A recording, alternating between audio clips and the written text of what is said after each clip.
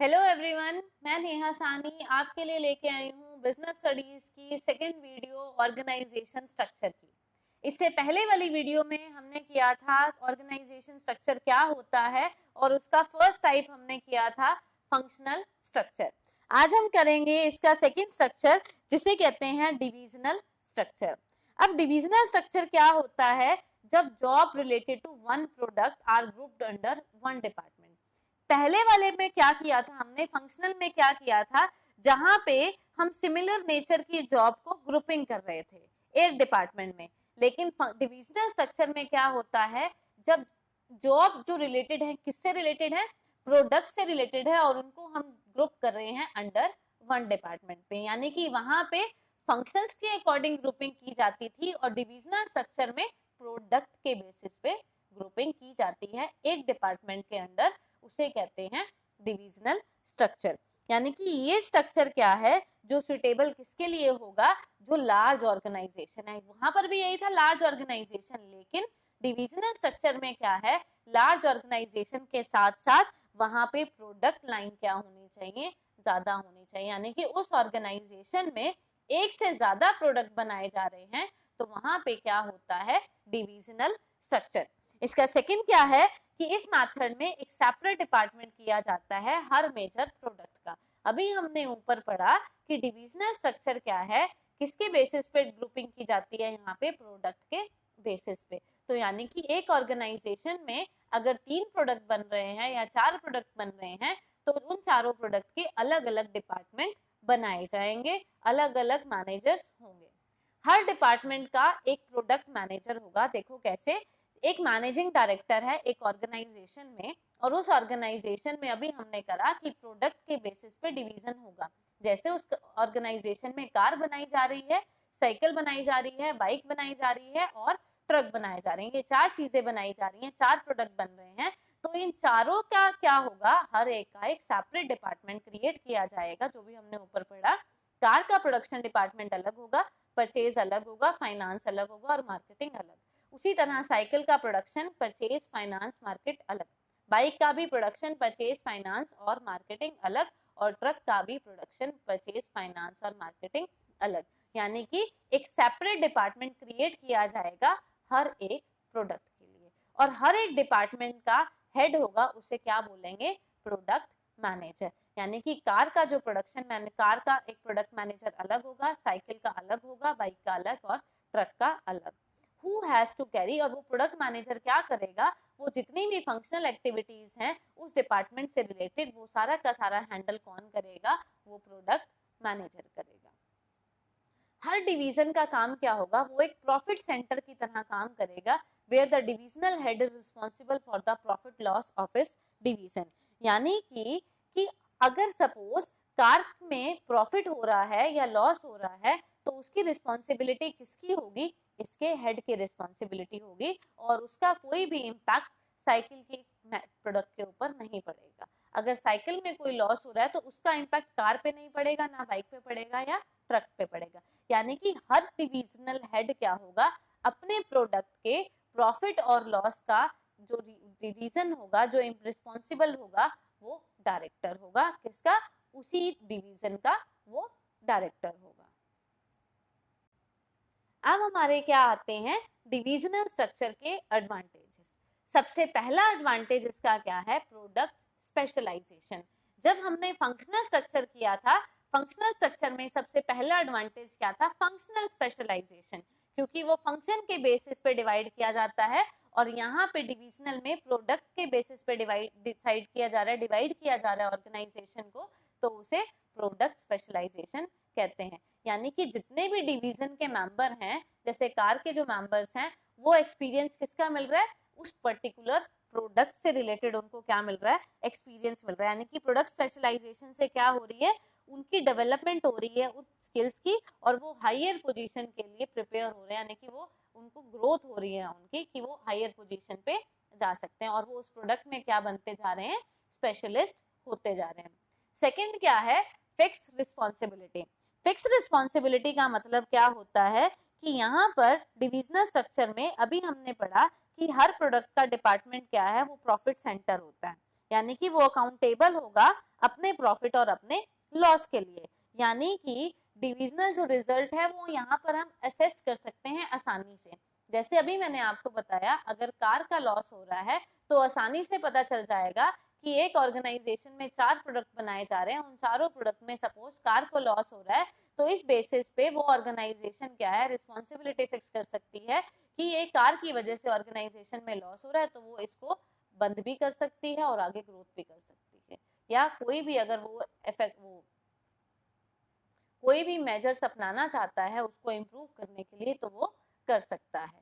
Third क्या आता है हमारा, फ्लेक्सिबिलिटी, यानी कि प्रोडक्ट जो हमारा डिविजनल स्ट्रक्चर होता है वो फ्लेक्सिबल होता है। क्यों फ्लेक्सिबल होता है? क्योंकि हर डिपार्टमेंट को अपने डिपार्टमेंट के ही डिसीजन लेने होते हैं और वो उसके बारे में इनिशिएटिव ले सकता है, यानी कि वो हर डिवीजन क्या है, अपने आप में एक ऑटोनॉमस यूनिट है, तो वो इसके अकॉर्डिंग अपने डिसीजंस आसानी से ले सकती है, जिसका इम्पैक्ट किसी के ऊपर नहीं पड़ता है। फोर्थ क्या है हमारा, एक्सपेंशन एंड ग्रोथ, यानी कि ये फैसिलिटेट किसको करता है, ग्रोथ और एक्सपेंशन को, as new division can be added without disturbing existing department. यानी कि एक ऑर्गेनाइजेशन में जब डिवीजन किया जाता है तो डिवीजन करने के बाद उसका इम्पैक्ट किसी दूसरे के ऊपर नहीं पड़ता। जैसे एक ऑर्गेनाइजेशन में कार थी, बाइक है, स्कूटर है, और सपोज वो बस बनाना चाह रही है, यानी कि ग्रोथ करना चाह रही है, अपने बिजनेस को एक्सपैंड करना चाह रही है, एक नए डिवीजन को ऐड करना चाह रही है, तो वो उसको ऐड कर सकती है। इसका इम्पैक्ट इन तीनों के ऊपर नहीं पड़ेगा, क्योंकि उसकी एक सेपरेट डिवीजन होगी, उसके सेपरेट मैनेजर्स होंगे, सेपरेट डिपार्टमेंट्स होंगे और उसके अकॉर्डिंग वो काम करेगी। नेक्स्ट हमारे क्या आते हैं, डिसएडवांटेजेस। सबसे पहला डिसएडवांटेज क्या है, यहाँ पर डिपार्टमेंट्स में कॉन्फ्लिक्ट होता है।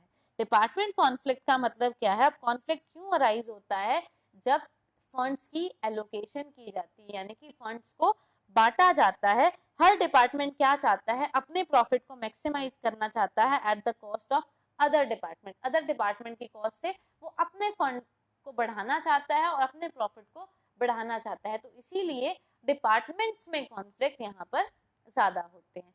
सेकंड वो क्या कह रहा है, कॉस्टली होता है डिविजनल स्ट्रक्चर। कॉस्टली क्यों होता है, क्योंकि यहाँ पर एक्टिविटीज क्या होती हैं, डुप्लीकेट होती हैं। क्यों?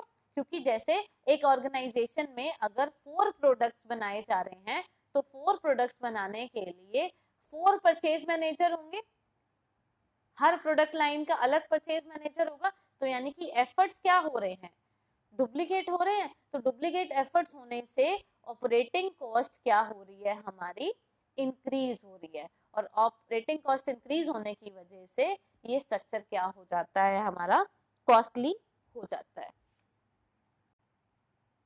थर्ड पॉइंट आता है हमारा यहाँ पर, इग्नोर ऑर्गेनाइजेशनल इंटरेस्ट।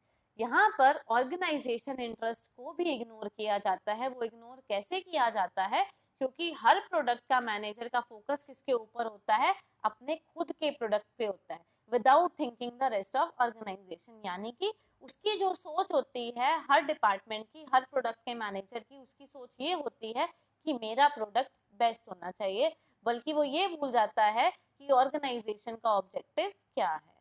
तो ऑर्गेनाइजेशन ऑब्जेक्टिव यहाँ पर बहुत ज्यादा सफर करता है। क्यों? क्योंकि ऑर्गेनाइजेशन का ऑब्जेक्टिव क्या है, अकम्प्लिश नहीं हो पाता है। तो इसीलिए यहाँ पर ऑर्गेनाइजेशन का इंटरेस्ट इग्नोर किया जाता है। फोकस किसके ऊपर किया जाता है, सिर्फ अपने प्रोडक्ट के ऊपर फोकस किया जाता है। अब आता है हमारी सुटेबिलिटी, कि ये सुटेबल कहाँ होगा। ये सुटेबल वहां होगा जब large varieties of product manufactured हो रहे हैं यूजिंग डिफरेंट प्रोडक्टिव रिसोर्सेज। जहां पर बहुत सारी वेराइटी ऑफ प्रोडक्ट क्या हो रहे हैं, मैन्युफैक्चर्ड हो रहे हैं, यानी कि बनाए जा रहे हैं, वहां पर ये यूज किया जाता है।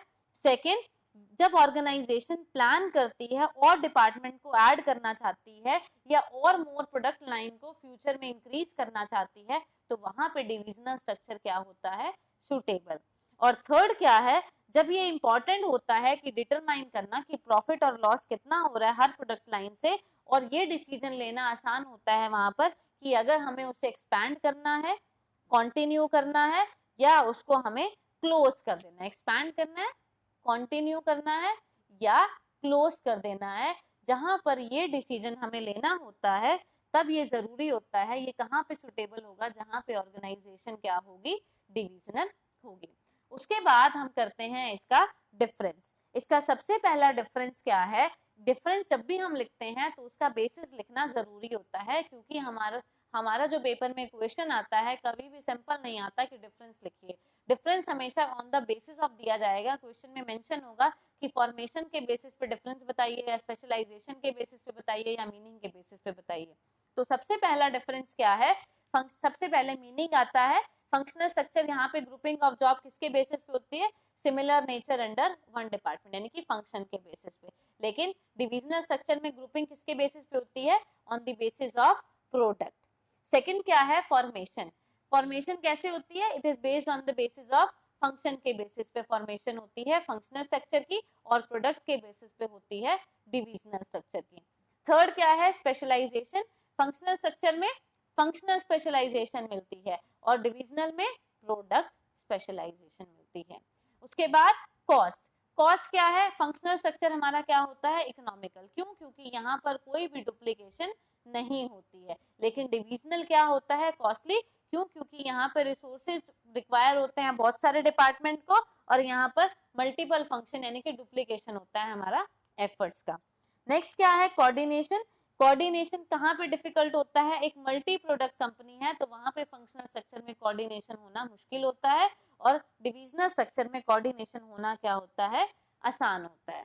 तो ये था हमारा ऑर्गेनाइजेशन स्ट्रक्चर का चैप्टर, जिसमें हमने दोनों टाइप्स पढ़े, फंक्शनल और डिविजनल। कई बार ये क्वेश्चन पूछा जाता है कि दोनों में से कौन सा सुटेबल है, तो दोनों ही अपने अकॉर्डिंग बेटर होते हैं, दोनों ही सुटेबल होते हैं। ये डिपेंड करता है ऑर्गेनाइजेशन के ऊपर कि ऑर्गेनाइजेशन में किस तरह के प्रोडक्ट बनाए जा रहे हैं, किस तरह की ऑर्गेनाइजेशन है, लार्ज ऑर्गेनाइजेशन है, तो ऑर्गेनाइजेशन के ऊपर डिपेंड करता है कि वो कौन सा स्ट्रक्चर उसके लिए सुटेबल है।